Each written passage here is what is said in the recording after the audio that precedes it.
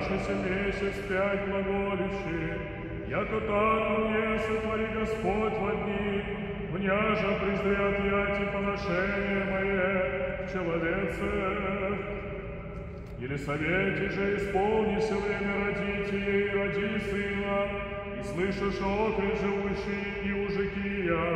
яко возвеличил есть Господь милость свою с нею, и радовался с нею, и быстро восьмый день придоша обрезать и отроча, и нарицах ее именем отца его Захария,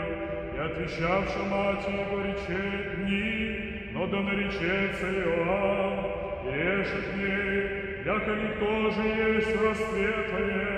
и же нарицается именем тем, и помовах отцу его, еже как бы хотел наречие, и спрось пщицу написал глаголе, Иоанн будет имя ему, и чудяхуся все, отверзошася же уста его, и язык его, и глаголоша благословя Бога, и быть на всех страживающих окресты, и во всей стране иудействе поведали бяху все глаголы, поведали бяху все глаголи сии, и положиша все слышавшие в сердце своем глаголище, что оба отрочащие будет, и рука Господня десни, и Захария, отец его, исполнися Духа Свята, и пророчество во глаголя, благословен Господь Бог Израиля,